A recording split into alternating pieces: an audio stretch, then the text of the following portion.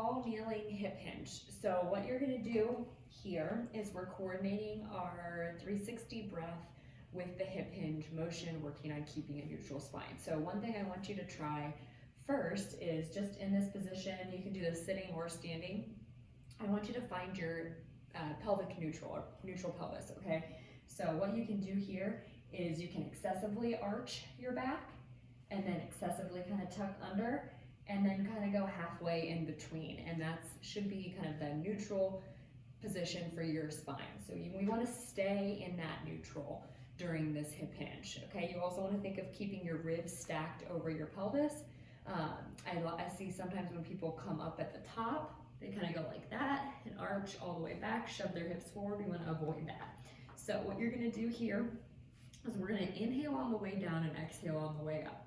This is one breath to protect your pelvic floor. You can also think of doing a J breath. So you're inhaling on the way down, but you're starting your exhale before you get to the bottom during an exercise. So this can be used during a squat, a deadlift, but it's good to start training in this kind of unloaded position too to get used to that breath.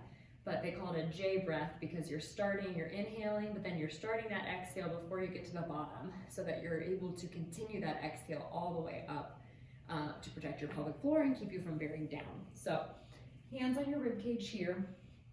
You're inhaling as you send your butt back towards your heels. You're hinging from your hips. Okay, we're not rounding from the spine, hinging from the hips. So inhale, and then maybe start your exhale as you get close to your heels, okay? When you come up, again, we're tightening the glutes, keeping the ribs stacked over the pelvis. So inhale, exhale, exhale from that bottom up. So we're engaging our lower abs, slightly lifting the pelvic floor. If you need to feel a little bit more deep abdominal engagement, let's do that again. Inhale through your, expand through your rib cage. Inhale, exhale, inhale, exhale,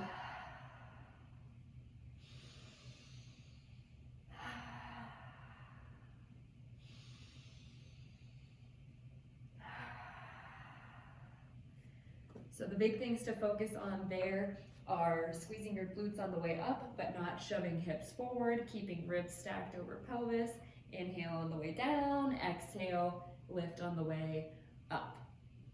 So that's a great exercise to kind of retrain your hip hinge pattern, work on maintaining that neutral pelvis without arching or tucking and rounding, and just a good way to coordinate your core for daily life. We hip hinge, especially as a mom, you hip hinge all the time, picking up toys, picking up your baby. If you can learn this hip hinge, first unloaded in a position like this, and then work your way up to strengthening in deadlifts. There's so many variations, but that can really help strengthen your low back, your glutes, your hamstrings to help you be strong for daily life so that when you're trying to pick up your baby or a car seat or stroller, you don't have to strain and bear down. So that's why it's important to be strong for daily life so that we can protect our pelvic floor and our core.